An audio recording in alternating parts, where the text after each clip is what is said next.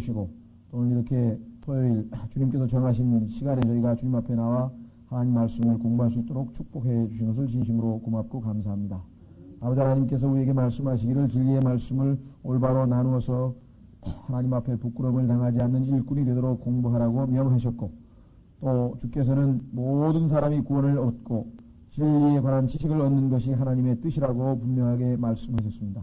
아버지 하나님, 이 땅에 많은 혼란이 가중되고 있는 이때 우리에게 절대적으로 최종적인 구원인 하나님 말씀을 주셔서 그 말씀을 배우게 하시고 그 말씀을 따라 살게 하시고 그 말씀을 기준으로 해서 우리가 옳고 그름을 판단하는 그와 같은 기준으로 또한 주신 것을 감사합니다. 아버지 하나님, 이 시간에 저희가 다시 하나님의 말씀 앞에 섰습니다. 주님, 저희는 단지 주님의 약속만을 신뢰합니다. 저희는 우둔하고 무지하고 어리석고 아무런 지혜도 없고 하나님 말씀을 감히 깨달아 들을 수 있는 그런 귀를 갖고 있지 못합니다. 주님께서 약속하시기를 진리의 영이 오시면 모든 진리 가운데로 인도하신다고 약속해 주셨고 또 주님께서 친히 엠마오로 가던 형제들에게 하나님 말씀을 풀어주셨습니다. 저희가 오늘도 주님께서에게 그와 같은 축복을 주실 것을 기대하옵고 아버지 하나님 바라옵고 원하오니 저희 마음밭을 준비시키셔서 하나님의 말씀을 참으로 합당한 마음으로 받고 열매 맺음으로 하나님을 영화롭게 할 수 있도록 도와주시기 원합니다. 주님, 부족한 자에게 이 말씀의 위대한 사역을 맡기셨는데 주님께서 또한 맡긴 자에게 능하게 하셔서 이 사역을 감당하게 하신다고 약속하셨습니다. 제가 그 약속을 신뢰하고 부족하지만 온전히 주님의 자비와 은혜와 도우심을 따라 또 주님의 영으로 충만하게 하심을 따라 이 말씀의 사역을 감당하기 원합니다. 도우시고 아버지께서 영광을 얻으시고 우리 모두에게 큰 유익된 복된 시간으로 인도해 주십시오.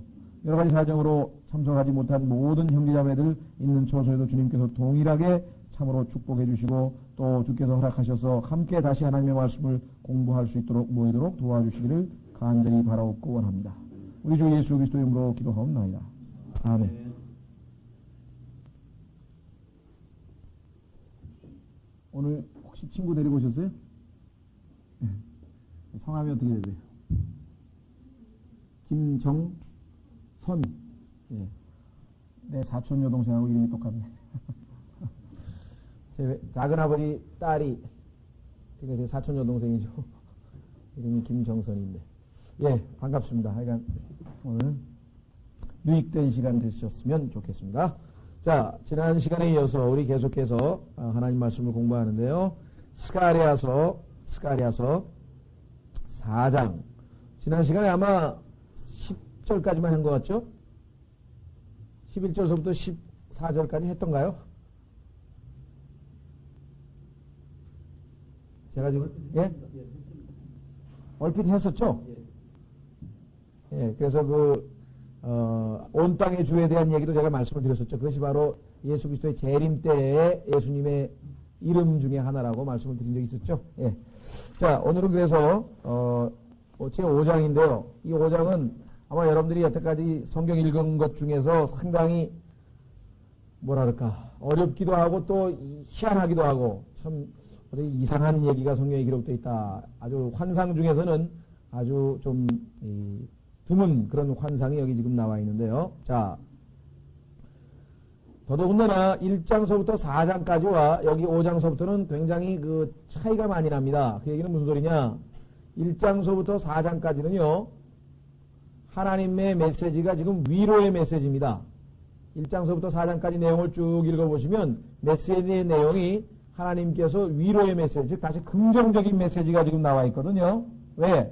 지난번에 말씀드렸지만 이 스가랴서라고 하는 것은 이스라엘 백성들이 바벨론으로 포로로 사로잡혀가서 70년 동안 이제 포로 생활을 하다가 하나님께서 고레스라고 하는 이 이방 왕이죠. 메데 페르시아의 왕을 시켜서 이스라엘 백성들을 다시 고국으로 보내가지고 하나님의 약속대로 70년 만에 되돌려 보내서 성전과 예루살렘을 스룹바벨, 느헤미야 이런 지도자들 통해서 이제 다시 부흥을 시키는 새로 시작하는 그런 상황인데 당시에 그 지역에 있었던 많은 사람들, 특히 사마리아 사람들인데요. 그 사마리아 사람들이 아주 여러 가지 방법을 써서 방해를 했습니다. 여러분들이 아마 에스라라든가 느헤미야라든가 읽어보면은 막 페르시아 황제에게 편지를 써가지고 모함도 하고 여러 가지 아주 그런 방해 공작을 했던 것을 여러분들이 아마 잘 아실 것이에요. 그 중에서 뭐 토비아라든가 산발랏이라든가 이런 사람들의 이름들이 성경에 보면은 하나님의 일을 방해하는 가장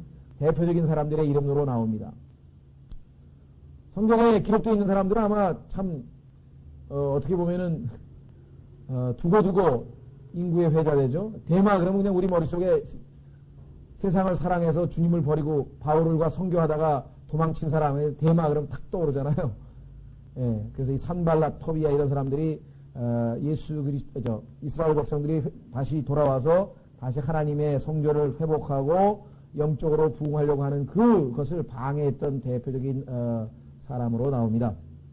자, 그런데 그런 상황에서 하나님께서 허락하신 뜻 가운데 성전 건축을 하다가 방해 공작을 받아서 중단이 됐습니다. 그래서 그 중단된 자들에게 다시 믿음을 북돋워주고 하나님께서 격려하고 권면해서 계속 하나님의 일을 하도록 권하는 그런 사역이 지금 학계라고 하는 선지자를 통해서 하나님께서 이 메시지를 주셨어요. 그런 가운데 이제 이 스가랴를 통해서 하나님께서 확실하게 하나님께서 이루실 일들을 더 긍정적으로 지금 메시지를 여태까지 전했었습니다.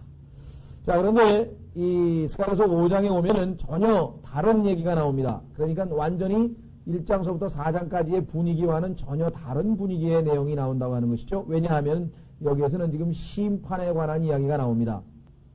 심판에 관한 얘기가 집중적으로 나오는데요. 특히 이 5장에는 환상이 두 종류가 나오는데요. 자, 하나님으로부터 나아가는 게 있어요. 동사 나아간다는 동사를 중심으로 한번 3절 보십시오. 그가 내게 이르되 그것은 온 지면 위에 나아가는 저주니. 하나님으로부터 축복이 나와야 되는데, 그렇죠?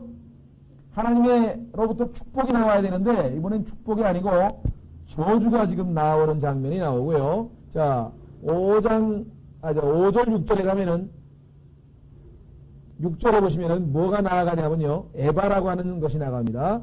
6절 내가 이르되 그것이 무엇이니까 하니 그가 이르되 앞으로 나아가는 이것이 에반이라 하고 이렇게 얘기를 했습니다. 에바.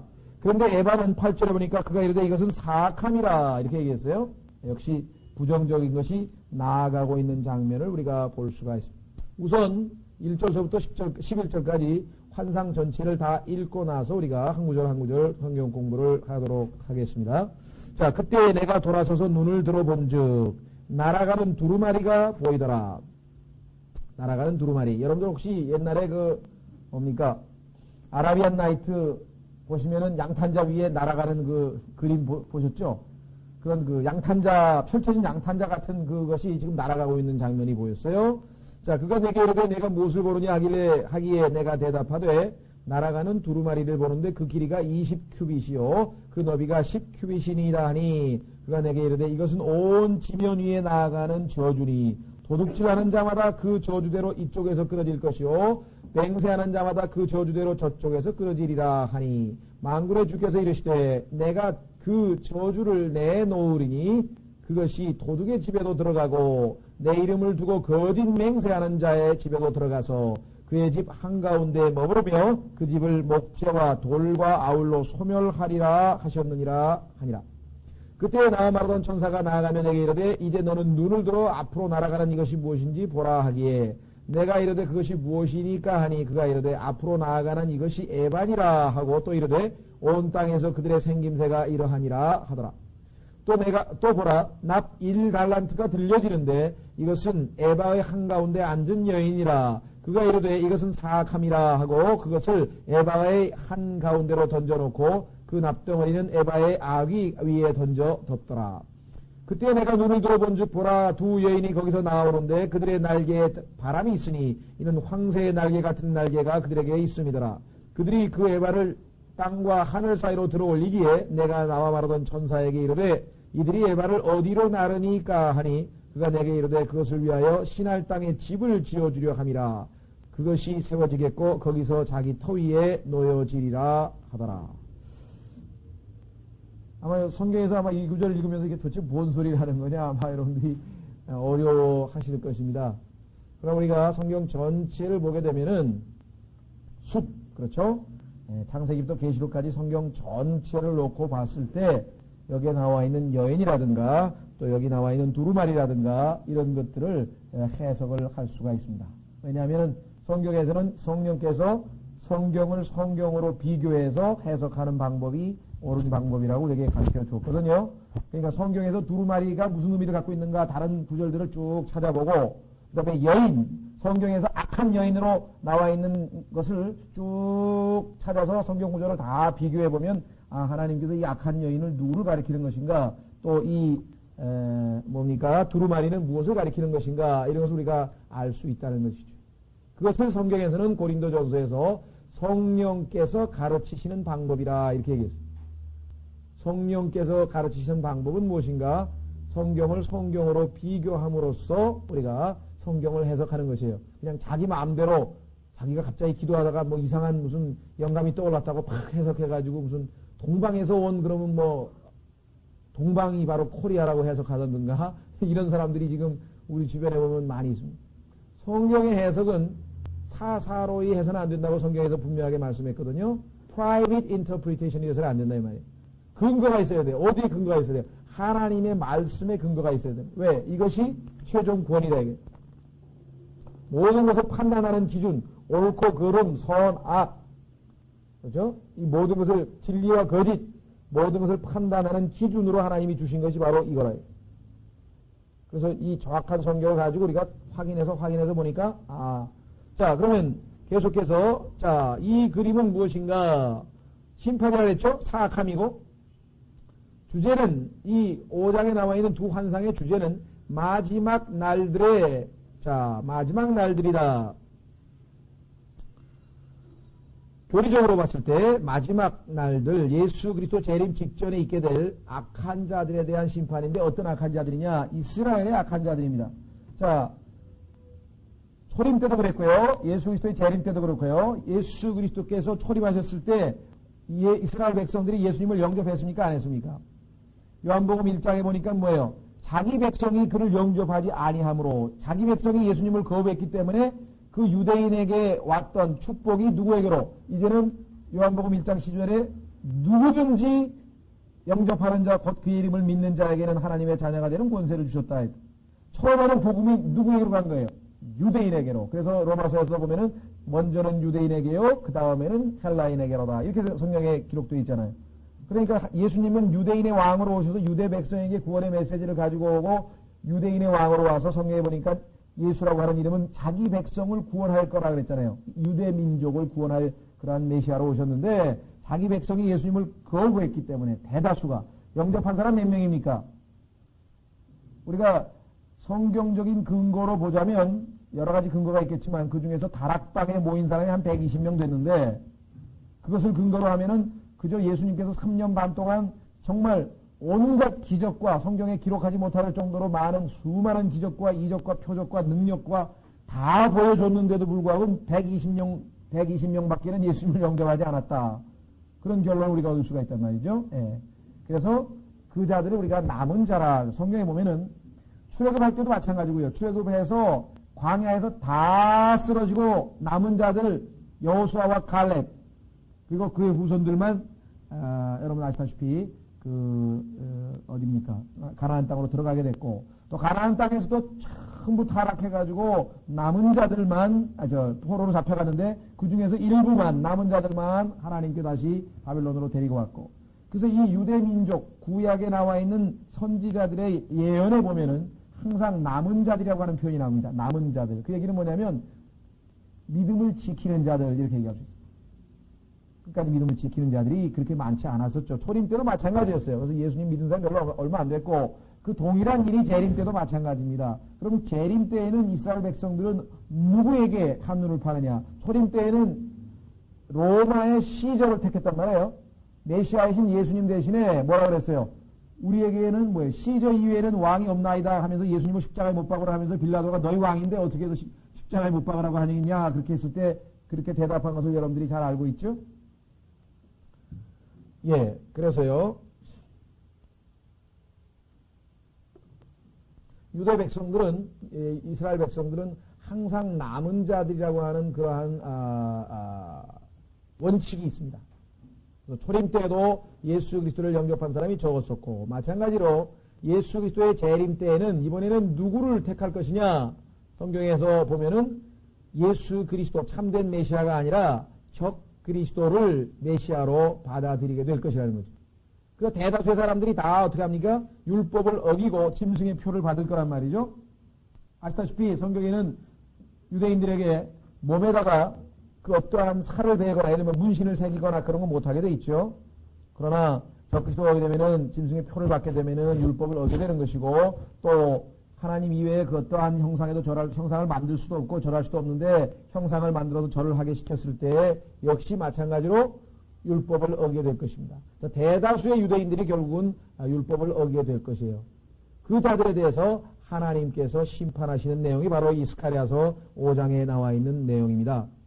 그러니까 여전히 믿음을 지키고 남아있는 자들은 계시록 7장에 나와 있는 14만 4천 명의 명단이 이름이 12지파 이름이 정확하게 나와 있죠. 그렇죠? 그러니까 지금 유대인들이 아마 1700만 명, 아마 전 세계적으로 한 1800만 명 정도로 되는 것으로 아마 통계가 나와 있는데, 그 중에서 14만 4천 명만이 믿음을 지키고 나머지는 다 배교할 것이라고 그렇게 예언이 되어 있다는 것입니다. 그래서 그 악한 자들에 대한 심판이 지금 이 주제라 이 말이에요. 스가랴서 5장에 나와 있는 전체 주제가 다시 말하면 마지막 날들의 이스라엘의 악한 자들, 다시 말하면 남은 자들이 아니고 믿음을 지킨 자들이 아니고 끝까지 견디는 자들이 아니고 악한 자들에 대한 심판.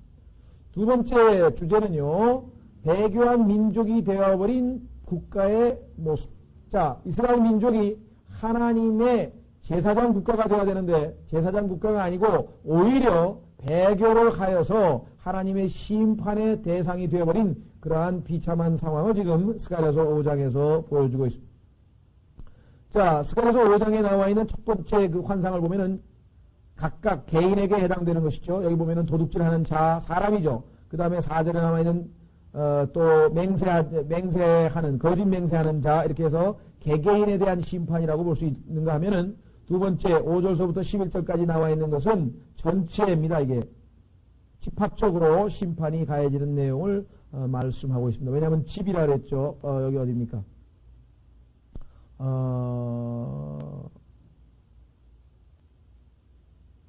어디죠? 천사가 나아가면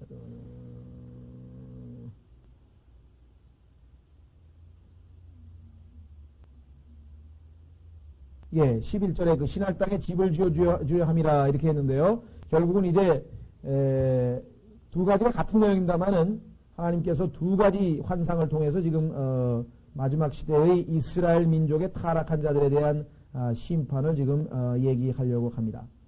그래서 항상 이스라엘은 둘로 나눠져요. 충성된 자들, 즉 남은 자들과 배교한 자들. 이스라엘 역사 보면 항상 둘로 나눠져요. 배교한 자들과 남은 자들. 여러분들 엘리야 시대에 잘 아시죠? 엘리야 시대에 바알에게 이스라엘 백성이, 이스라엘 민족 전체가 다 무릎을 꿇고 왕서부터 시작해서 왕비도 시작해가지고 모조리 다 배교하게 되었습니다. 그렇죠? 그래서 엘리야는 자기 혼자만 남은 줄 알았어요. 하나님께 나밖에 남지 않았는데 나도 죽이려고 합니다 하면서 참 원망 섞인 기도를 했을 때 하나님께서 내가 남겨둔 7,000명이 있다라고 그렇게 얘기를 했습니다.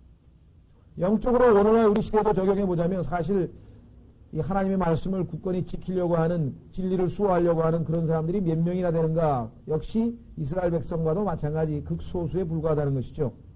아주 드물죠. 그럴 수밖에 없는 상황에 지금 와 있습니다. 어쨌거나 교리적으로 1차적으로 우리는 이 스가랴서는 이스라엘 민족에게 적용해야만 합니다. 자, 5장 1절서부터 보겠습니다. 그때 내가 돌아서서 눈을 들어본 즉 날아가는 두루마리가 보이더라. 두루마리라고 하는 것은 옛날 구약 시대의 히브리 민족들, 즉 유대 백성들이 책으로 만든 겁니다. 이 사람들은 둘둘둘둘 말아서 여러분들 보시면은 막대기가 하나 끼어져 있죠. 막대기가 하나 끼어 있고 가운데가 둘둘둘둘 우리 달력같이 생긴 달력. 근데 달력에다가 가운데다가 이렇게 막대기가 하나 끼어 있어가지고 둘둘 말면은 가지고 다니기 좋게. 그걸 두루마리라고 이렇게 번역해요. 영어에서도 롤이니까 롤, 굴린다 이 말이죠. 롤. 여러분 아시는 그 이제 롤러 있잖아요. 롤러. 굴리는 거예요. 자, 재료가 무엇이냐? 정확하게 모르겠어요. 둘 중에 하나일 겁니다. 아마 재료가 파피루스이던가 아니면은 가죽이던가 양피지일 수도 있고 두 가지 다 있을 수도 있겠습니다. 그래서 하여간 역사적으로 우리가 볼 때 이집트에 이미 당시에 파피루스가 사용됐기 때문에 파피루스로 만든 두루마리일 수도 있고 또 양 가죽 위에다가 쓴 두루마리일 수도 있을 것입니다.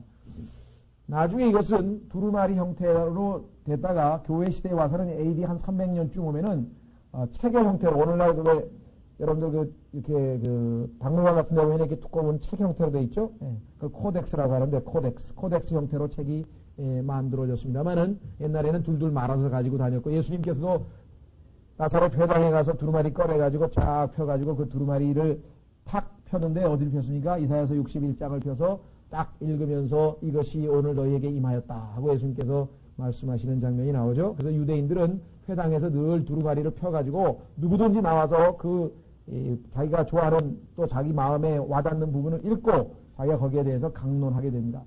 바울도 사도행전에 보면은 그와 같은 것들을 하게 됩니다. 유대인 회당에 가서 복음 전하러 갔을 때 너 할 말 있으면 하라 했으니까 나가서 우리 요즘에 간증하듯이 나와서 간증하는 장면 우리가 보게 됩니다. 자, 어쨌거나 이 두루마리라고 하는 것은 한마디로 하나님의 말씀이 적혀져 있는 성경. 자, 날아가는, 아까도 얘기했던 아라비안 나이트에 나오는 그런 날아가는 카페트처럼 보였을 거라 그랬죠. 날아가는 카페트처럼 지금 두루마리가 날아가고 있는데, 자, 여기서 우리가, 좀 주목해 봐야 될 것이 무엇이냐면요. 2절에 나와 있는 치수입니다. 그러니까 내게 이르되 내가 무엇을 보느냐 하기에 내가 대답하되 날아가는 두루마리를 보는데 그 길이가 20규빗이요 그 너비가 10규빗이니라 하니. 자, 이 규빗이라고 하는 것은 유대인들의 당시에 중동 지방이지만 특히 유대인들의 길이의 단위입니다. 요 엘보우라 그러죠.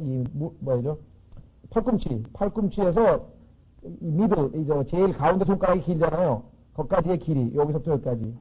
그러니까 뭐 정확하지는 않잖아. 사람마다 키가 틀리고 다 틀리니까. 그러나 대충 한 40에서 45cm, 17인치에서 18인치 정도의 길이다. 그렇게 우리가 생각하면 되는데, 이 큐빗도 작은 큐빗이 있고 큰 큐빗이 있고 그래서 정확하게 우리가 알 수는 없습니다.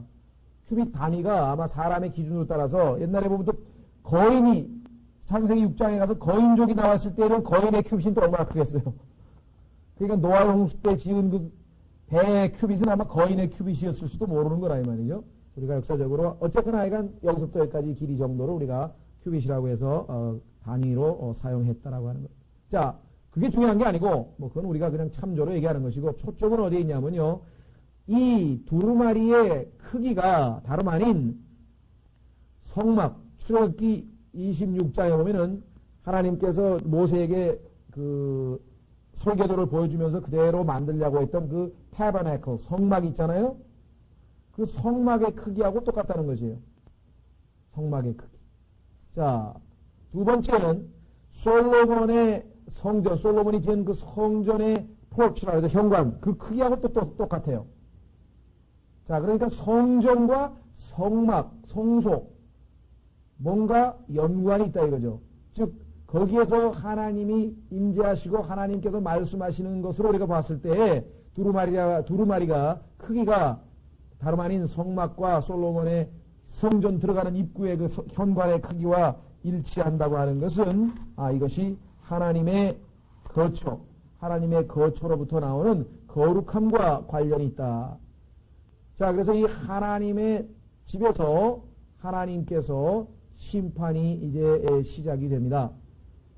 자, 여러분들 한번 신약에도 나오고 구약에도 나오는데 두 구절 살펴보겠습니다. 에스겔서 9장 6절 보십시오. 에스겔서 9장 6절에 보시면 하나님께서 하나님의 집에서부터 심판하는 장면이 나옵니다. 심판의 순서는 항상 하나님의 집에서부터 시작이 되는데요. 에스겔서 9장 6절 늙은 자와 젊은 자와 처녀와 어린아이와 여자를 철저히 죽이되 표가 있는 자에게는 가까이 하지 말라. 내 성소에서부터 시작하라. 여기 나오죠? 내 성소에서부터 시작하라. 하시니 그들이 그 집 앞에 있는 장로들에게서부터 시작하니라. 그분께서 그들에게 이르시되 그 집을 더럽히고 그들을 죽임당한 자들로 가득 채우라. 너희는 나아가라 하시매 그들이 나아가서 그 도시에서 죽이니라. 신약에서도 여러분들 아마 심판이 하나님의 집에서부터 시작된다고 하는 구절을 아마 기억하실지 모르겠습니다. 한번 확인해 보겠습니다. 베드로전서 4장 17절. 베드로전서 4장 17절에 보면은 베드로가 이와 같이 경고를 합니다. 베드로전서 4장 17절.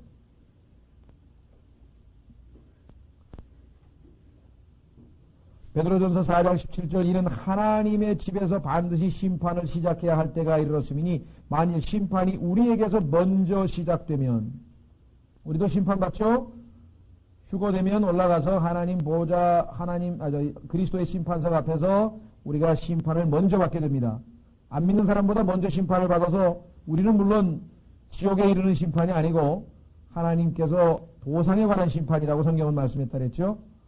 예수 그리스도를 믿는 사람들은 이미 심판을 받았습니다. 누구랑 심판을 받았습니까? 예수 그리스도와 함께 십자가에서 심판을 받았어요. 왜냐하면 예수 그리스도를 믿는 순간에 우리는 예수 그리스도와 하나가 되었고 예수 그리스도와 우리는 예수 그리스도와 연합됨으로 하나가 되었죠. 따라서 예수님의 죽음이 나의 죽음이 되고 예수님의 부활이 나의 부활이 되고 예수 그리스도께서 곧 나와 연합이 됐다.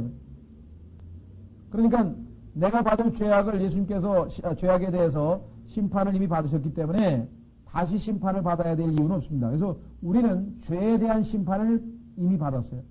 죄에 대한 심판은 이미 끝났다.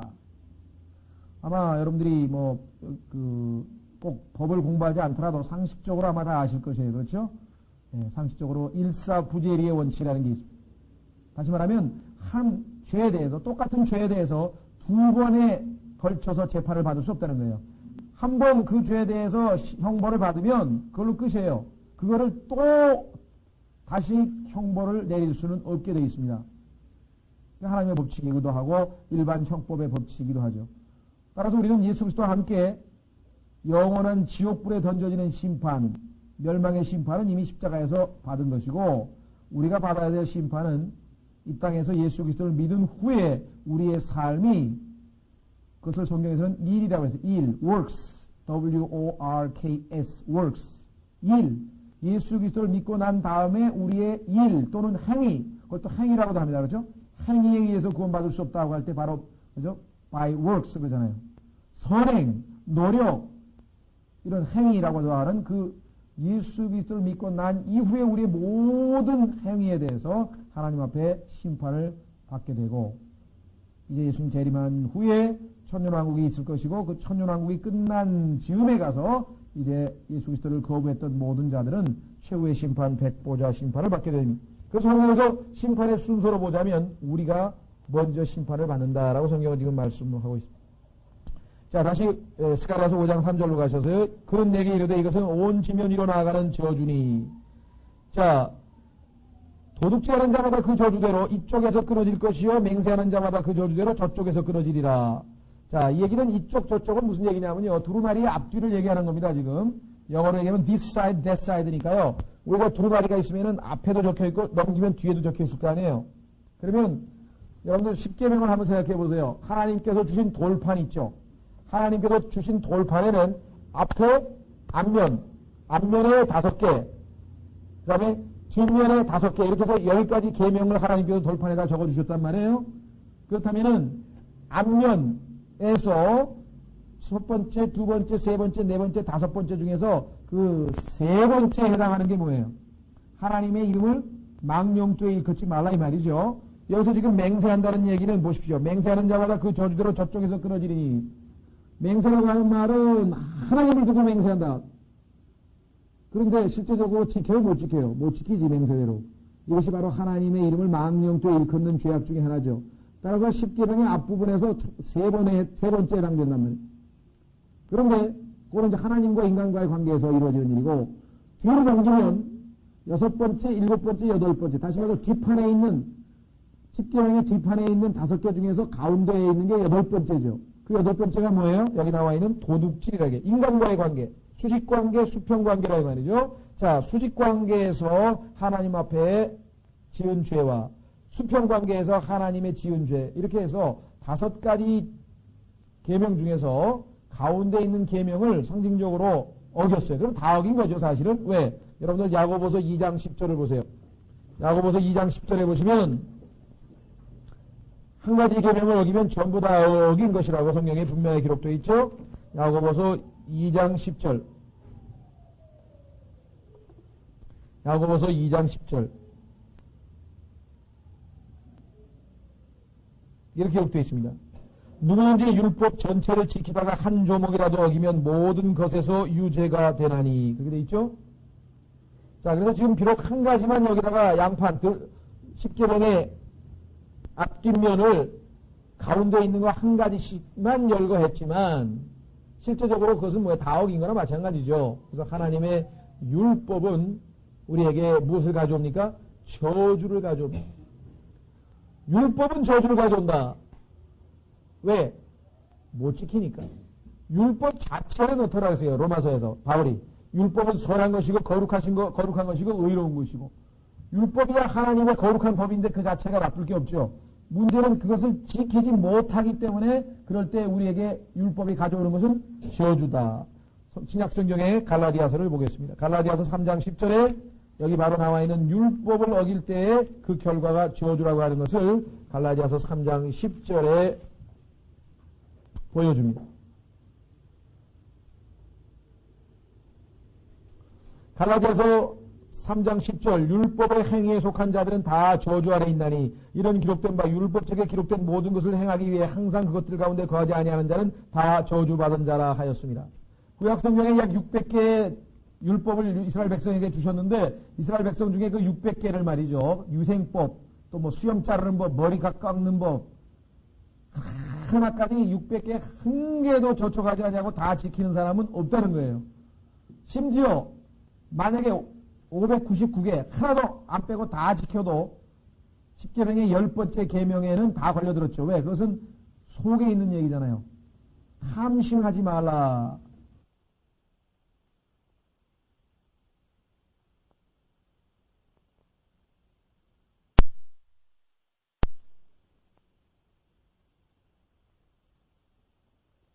제 뭐라고 얘기했어요? 탐심하지 말라고 하는 그 계명을 보고서야 내가 죄인인 것을 깨달았다고 바울은 고백을 했대요.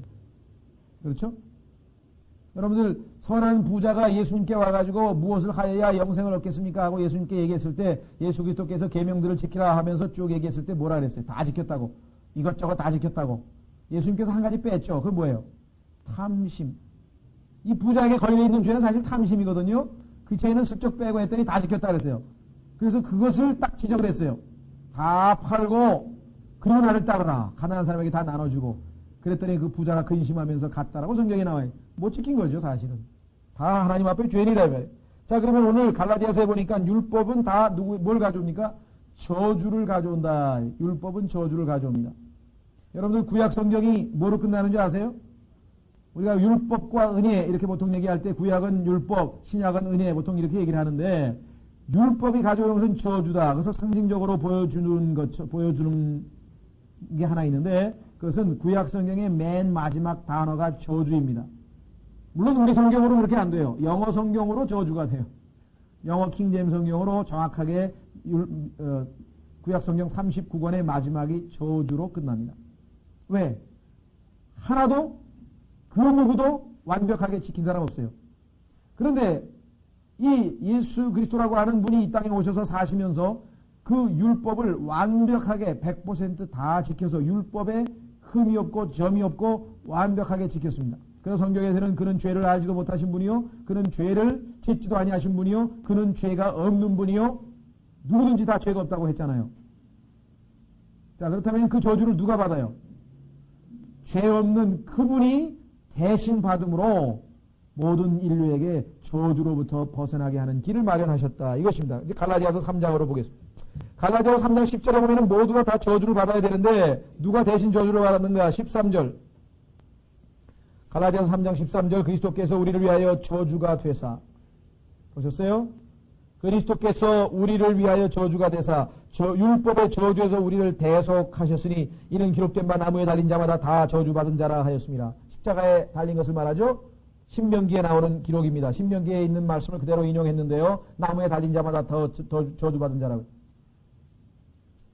예수 그리스도께서 우리를 대신해서 저주받았기 때문에 우리는 저주의 대상에서 축복의 대상으로 바뀌게 된 것입니다. 이것이 바로 복음입니다. 이것이 바로 복음입니다. 자, 다시 구약으로 돌아가셔서 스가랴서. 자, 이쪽 저쪽 양쪽에 다 두루마리에 하나님의 말씀이 딱 적혀져 있는데 거기에 보니까 대표적으로 도둑질하는 자, 그 다음에 맹세하는 자, 이런 자들이 이쪽 저쪽에서 다 그 하나님의 말씀에 저촉됐기 때문에 결국은 저주를 받고 심판받을 수밖에 없다라고 하는 사실입니다. 그렇죠? 자, 그래서 우리는 14절에 만군의 주께서 이르시되 내가 그 저주를 내놓으리니, 심판은 하나님 편에서부터 시작이 된다고 하는 것을 아시죠?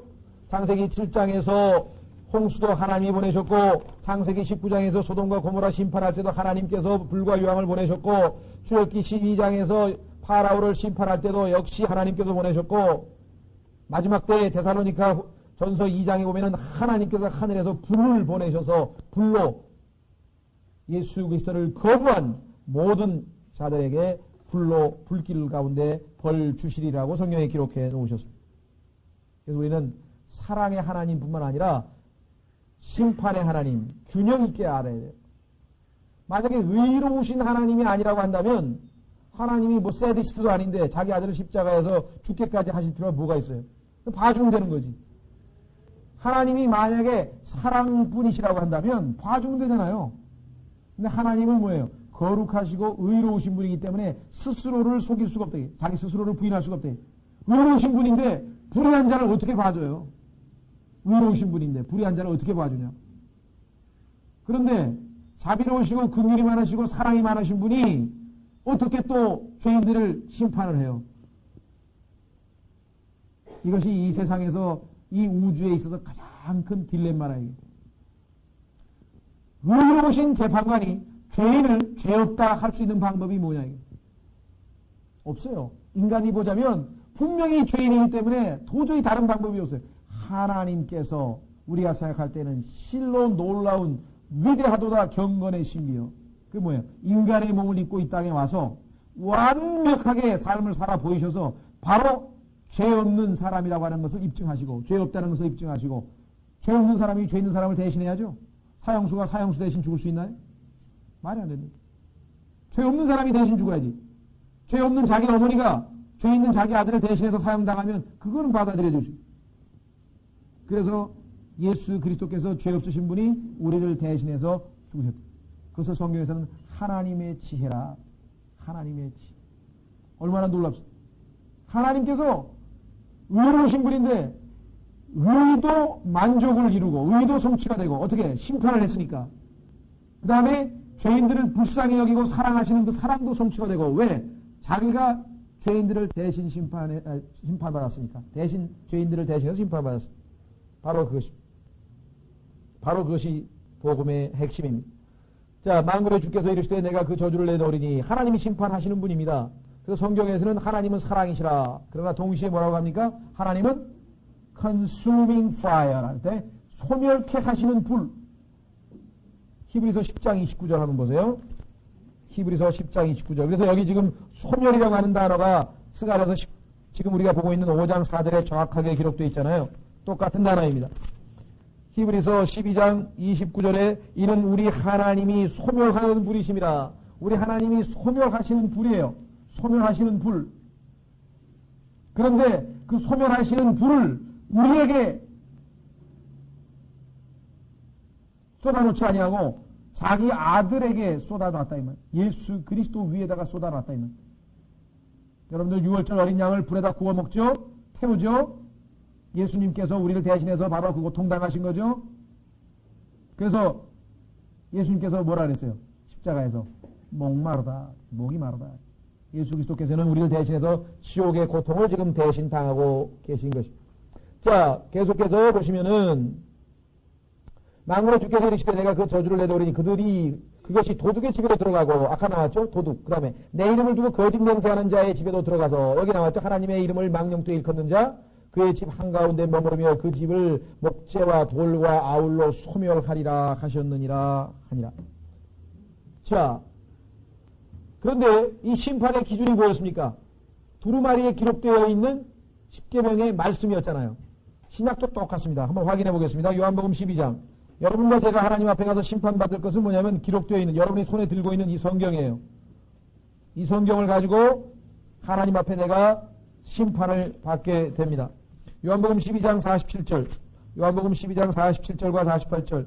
심판의 기준은 물론 심판하시는 분은 예수 그리스도입니다.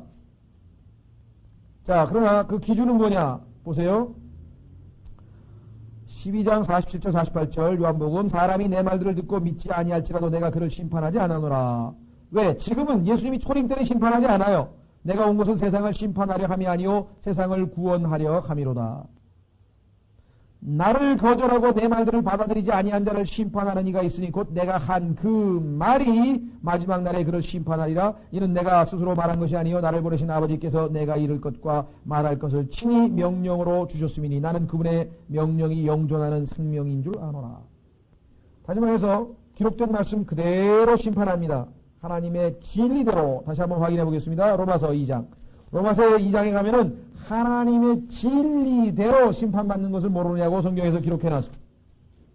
자기 생각, 자기 기준, 자기 판단, 자기 도덕, 자기 가치관이 아니고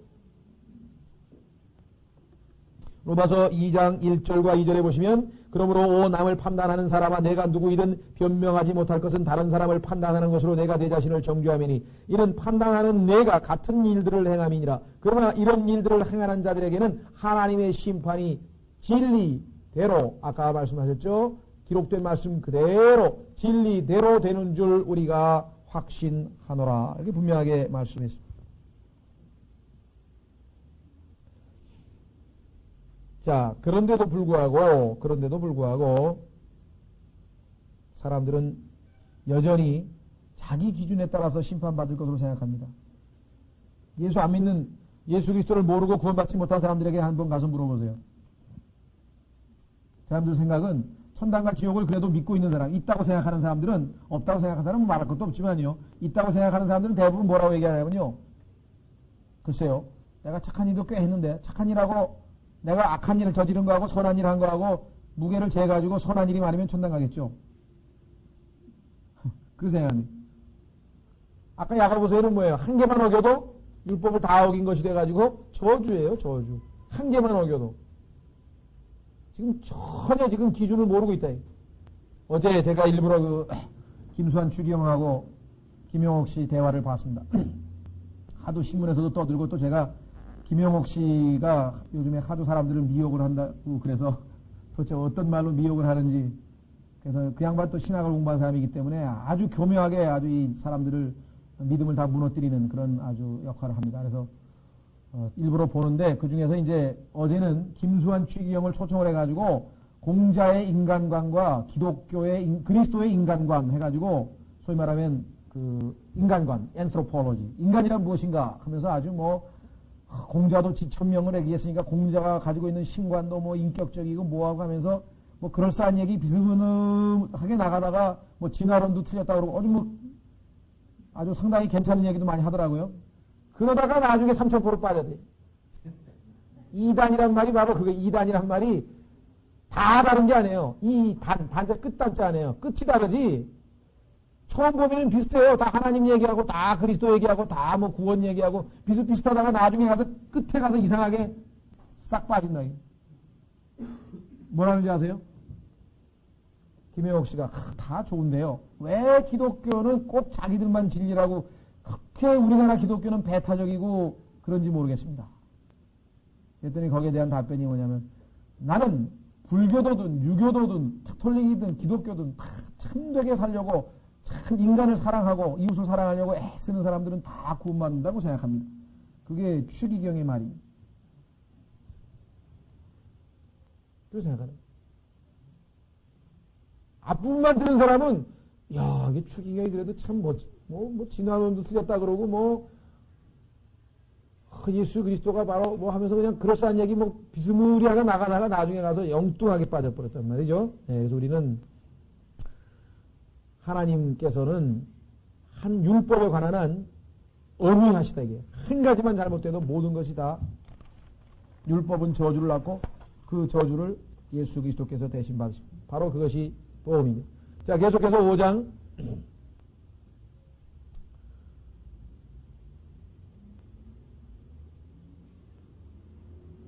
자, 계속해서 5장 그 4절에 보시면은요, 5장 5절이죠. 예, 5장 5절.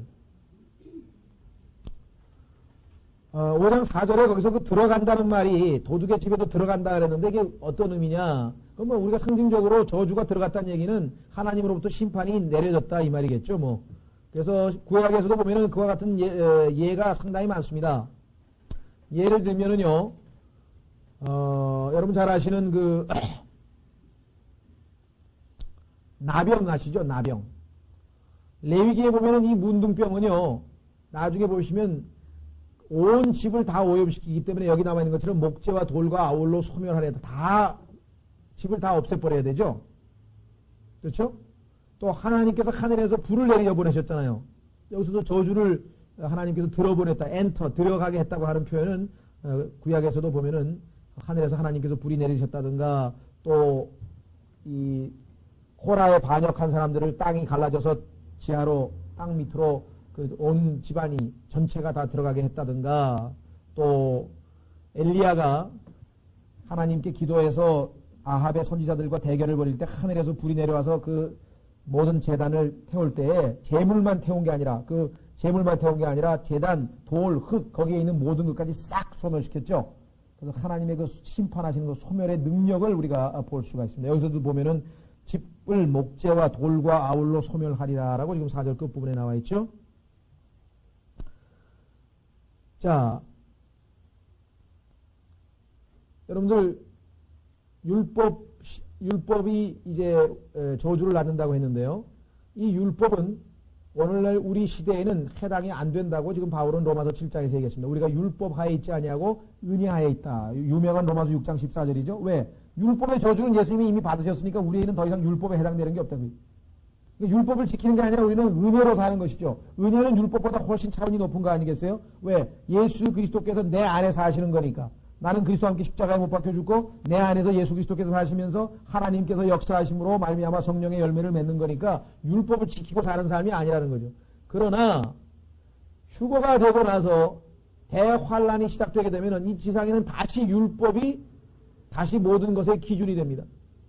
그 성경에 보면은 환란 때는 뭐예요?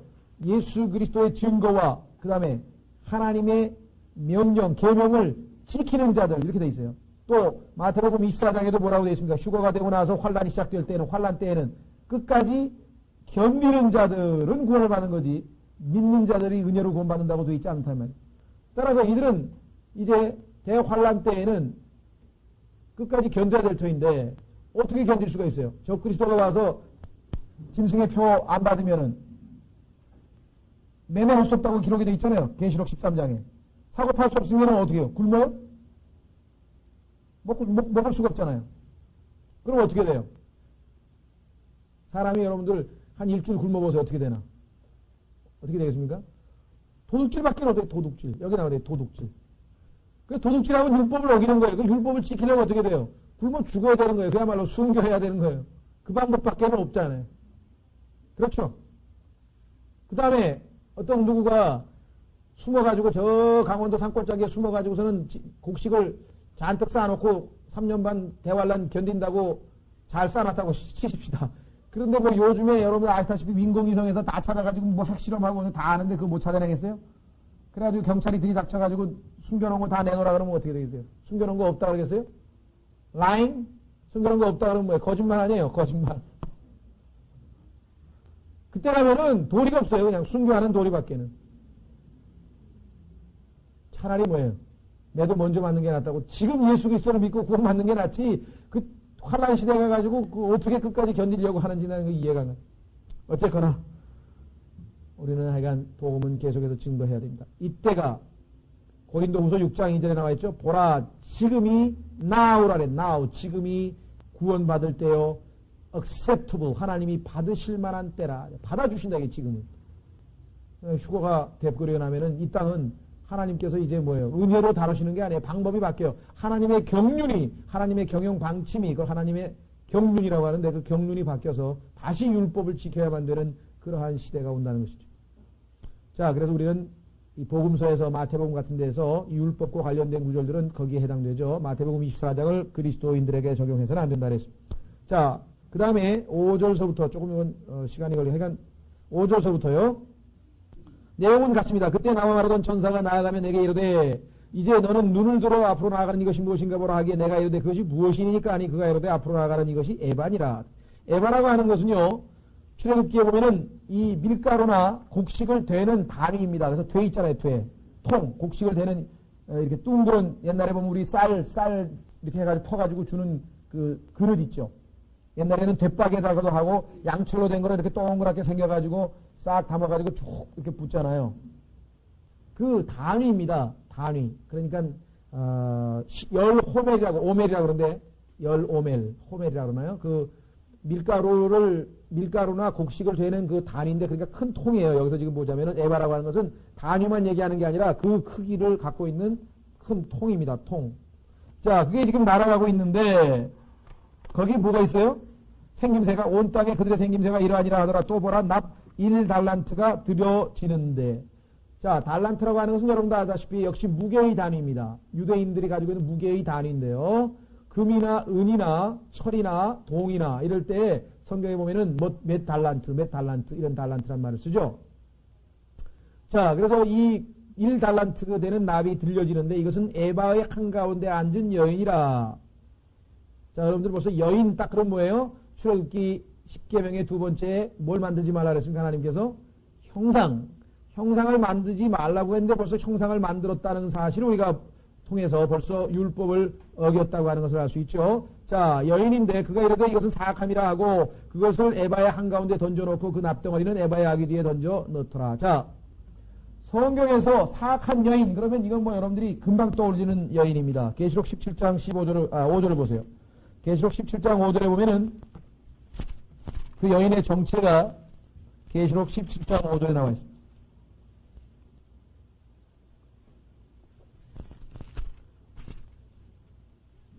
계시록 17장 5절에 보면은 물론 1절부터 보시면은 그 큰 음녀 바벨론의 심판에 대한 얘기가 나오는데요.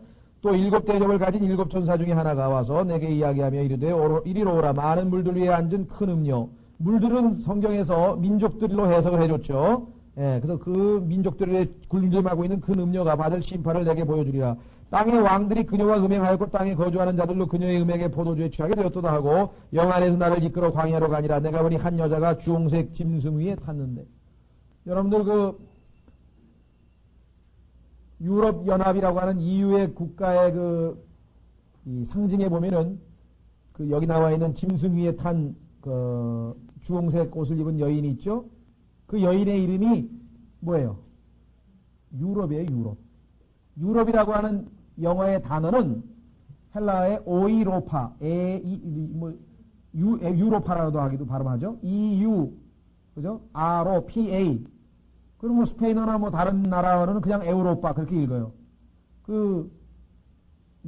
성경에 사도행전에 나오는 다이아나라고도 하기도 하고 에우로파라고도 하고 이슈타르라고도 하고 아스타르테라고도 하고 카톨릭에서는 마리아라고도 부르는 예레미야 나오는 하늘의 여왕인데요. 하늘의 여왕, 즉 바벨론 종교에서 숭배하는 여신입니다. 바빌론 종교에서 숭배하는 여신. 그 여신이 여기 4절에 보시면 자주색 옷과 주홍색 옷을 차려입고 금과 보석들과 진주들로 꾸미고 그 손에 금잔을 가졌는데 그 가증한 것들과 그녀의 맹으로 인한 더러운 것이 가득하더라. 그 여자의 이마에 한 이름이 기록되어 있으니 신비라 큰 바벨론이라 땅의 장녀들과 가증한 것들의 엄이라 하였더라. 자, 이 여인의 신비는 뭐 쉽게 해결합니다. 왜? 성경에 보니까 이 여인이 7 언덕 위에 앉아있다고 했잖아요. 9절 보세요. 9절. 지혜 있는 생각이 여기 있으니 그 7 머리는 그 여자가 앉아있는 7 산이라. 여러분들이 로마의 시인들의 시라든가 또 서양에 나와 있는 문학에서 7 언덕 위에, 7 hills라고 그러죠. 7 언덕 위에 세워진 도시. 그게 뭐예요? 한결같이 로마를 얘기하는 겁니다. 그럼 뭐 우리나라에서 예를 들면 어떻게 알아야 되나? 비유가 좀 적절할지 모르겠는데 우리나라에서 그 누구죠? 무슨 대사? 무학대사? 무학대사가 가다가 심리쯤 가면 왕심리라 그래가지고 여기서 심리 가면 왕의 도읍이 있다고 했던 그게 뭐예요? 한양 우리 지금 서울이 도읍으로 정해질 때 무학대사의 그 무슨 얘기가 있잖아요. 그럼 무학대사가 뽑은 선출해준 조선의 도읍 그럼 한양 서울 모르는 사람 누가 있어요? 그 정도의 상식이에요. 서양에서는. 7 언덕 위에 세워진 도시 그러면 그냥 버질의 비르힐리오, 버질의 시에도 나오고 뭐 누구의 시에도 나오고 문학 작품들 중에 너 7 언덕 위에 세워진 도시요. 그럼 전부 로마 얘기란 말이에요. 그냥 얘기한 게 아니라 실제로 로마를 가면 로마라고 하는 도시 위에 남산 같은 7개의 언덕이 있다니까요. 실제적으로 지금도 가도. 그래서 이 로마라고 하는 로마 카톨릭이라고 하는 종교라고 하는 것은 뭐 성경에서 그 이외에 뭐 수십 가지의 증거를 우리가 댈 수 있습니다. 이 시간에 계시록 시간이 아니기 때문에 우리가 자세하게 되진 않겠습니다만은 일단 자 그러면 성경에서 여인에 대해서 뭐 다 찾아볼 수는 없고요. 잠언에도 나오고요. 이 여인에 대해서는 그 성경에 보면 잠언에 보면은 뭐 그 여자가 그 홀리는 장면이 나오고 젊은 청년들에게 그 여자에게 빠지지 말라고 경고되어 있는데 1차적으로는 맞아요. 그리스도인의 또는 이 세상에 있는 그 믿는 성도들이 그런 잘못된 도덕적인 타락하지 말라고 하는 게 첫 번째 뜻이지만 두 번째 즉 교리적인 의미로 보면은 마지막 시대에 이 로마 카톨릭 교회에 속지 말라는 얘기입니다. 자 그러면은 그 잠언에도 나오고 계시록에도 나오고 예레미야에도 나오고 뭐 누차 반복해서 나오는데 예수 그리스도께서 얘기한 걸 우리가 한번 찾아보겠습니다. 마태복음 13장. 예수 그리스도께서 바로 이 여인이 하는 짓이 무엇인가를 우리에게 명확하게 보여주고 있습니다. 마태복음 13장 33절. 마태복음 13장 33절. 또 예수님께서 다른 비유를 그들에게 말씀하시되 하늘의 왕국은 마치 어떤 여자가 나왔잖아요. 어떤 여자가 가져다가 굵은 가루 소말 속에 자 굵은 가루 소말 가지고 뭐 만듭니까? 가루 소말 가지고 뭐 만들어요? 빵 만들죠. 빵. 예수 그리스도께서 뭐라 그랬어요? 예수님께서 마지막 때 6월절 끝나고 딱 주의 만찬을 제정하면서 빵을 찢어가지고 제자들에게 다 나눠주면서 내 몸이라 그랬죠? 예수 그리스도의 몸된 교회 그게 빵이에요. 성경에서는 그래서 우리가 주의 만찬할 때 빵에서 쪼개가지고 다 하는 지체인 것을 기억하라고 바울이 고린도전서 10장에서 말씀했잖아요.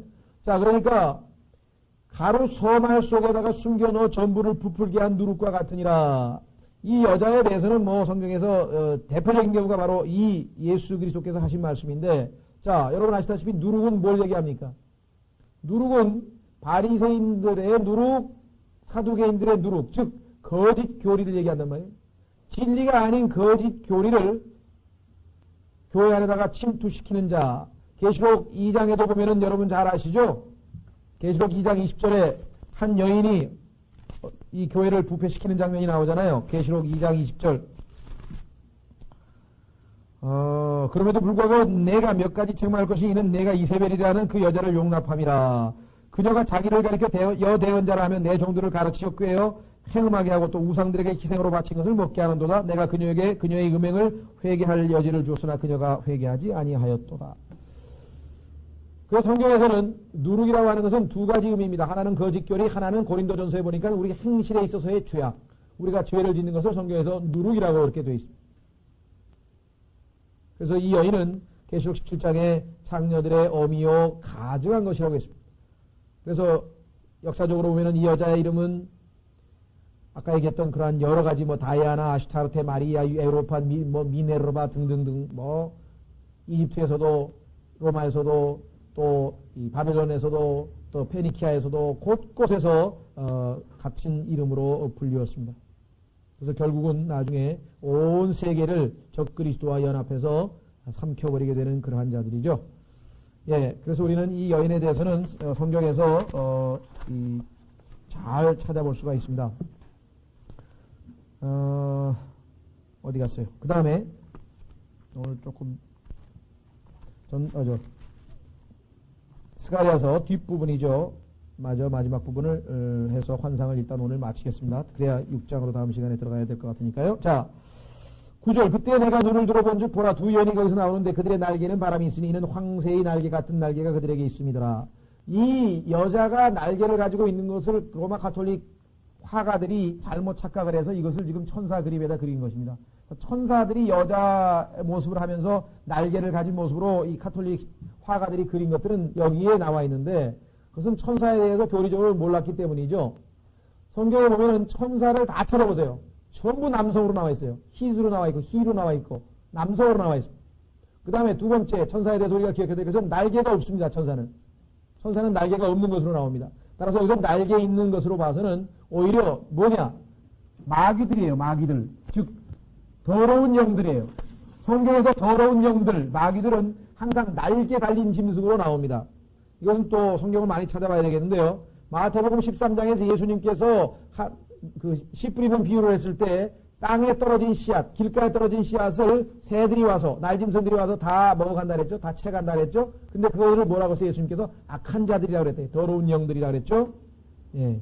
이와 같은 비유들을 찾아볼 수 있고요. 또 전도서에도 보면은 나오고, 그래서 성경에서 이 날짐승들은 더러운 날짐승, 레위기에서 먹지 못하는 그러한 더러운 날짐승들은 전부 다 마귀들로 나와 있습니다. 특히 계시록에 가면은 이 새들을 더러운 영 이렇게 분명하게 정의를 내려놓았습니다. 우리가 오늘 시간상 저희가 그 구절들을 다 찾지 못하겠습니다만 여기 나와 있는 게 바로 그 악한 더러운 영들이라고 하는 것이죠. 자, 그런데 이들이 어떻게 됐어요? 황새와 날개 같은 날개를 그들에게 있습니다. 그들이 그 에바를 땅과 하늘 사이로 들어올리기에 내가 나와 말하던 천사에게 이르되 이들이 에바를 어디로 나르니까 하니 그가 내게 이르되 그것을 위하여 신할 땅에 집을 지어주려 함이라. 신할 땅 많이 들었죠? 창세기 11장에서 바벨탑을 세웠던 그 장소 아닙니까? 그 바벨탑에서부터 뭐가 시작이 됐다 그랬어요? 바벨론 종교가 시작이 되었고 그 바벨론 종교에서 섬기는 여신이 바로 지금 여기 나와 있는 여인이고 그래서 구약 성경에서 계속해서 하늘의 여왕을 섬기는 그 유대 백성들, 유대인들이 타락해서 하나님 대신에 이 하늘의 여왕을 섬기는 것을 예레미야서에서 반복해서 경고하고 있는 것을 우리가 보게 됩니다. 그렇죠? 그러니까 마지막 때 유대인들은 역사적으로 보면은 바벨론 포로로 사로잡혀가 가지고 큰 교훈을 얻었습니다. 즉 우상 숭배가 하나님의 진노를 불러일으키고 70년의 포로 생활을 했다는 것, 심판이라는 것을 배웠어요. 그래서 바벨론에서 포로로 돌아온 다음에는 유대인들은 우상이라고 하면, 형상이라고 하면 아예 이를 갈았대요. 아예 쳐다도 안 봤대요. 형상이라고 하면. 그런데 그들이 형식적으로 그나마 정결케 된 거죠. 왜? 우상 숭배를 멀리 했으니까. 그런데 여러분 생각해 보세요. 예수님께서 마태복음 12장에 보면은 그 더러운 영이 어떤 사람이 안에 들어가 있다가 어떤 사람이 그 집안을 깨끗이 청소해서 악한 그 마귀 영을 갖다가 내보냈는데 내보낸 다음에 어떻게 됐어요? 떠난 다음에 물가를 뭐 이렇게 헤매고 뭐 찾아서 쉬는 곳을 찾아다니는데 쉴 곳을 못 얻고 있는데 이 사람은 안을 어떻게 해서요? 깨끗하게 청소를 해놨더니 7 동료들을 더 악한 마귀들을 데리고 들어와가지고 딱 거하게 된다고 하는 그 비유를 좀 들어보신 적 있죠? 기억나세요? 예. 다시 말하면 유대인들이 바로 그거하고 똑같은 짓을 한 거예요. 지금 예수님께서 바로 유대인들이 하는 짓을 놓고 하는 거예요. 왜? 가가지고 바벨론 포로로 가서 우상을 떨쳐버리고 이제 새롭게 돼서 돌아왔는데 뭐로 충만해야 돼요? 하나님으로. 다시 말하면 하나님의 사랑과 하나님의 뭐예요? 모든 충만하심으로 충만해야 되는데 형식적인 종교 생활만 하다 보니까 텅 비어있다 이게. 그게 나중에 환란 때 어떻게 돼요? 환란 때 가면 더 악한 영들이 들어와가지고 유대인들에게 더 심한 우상 숭배로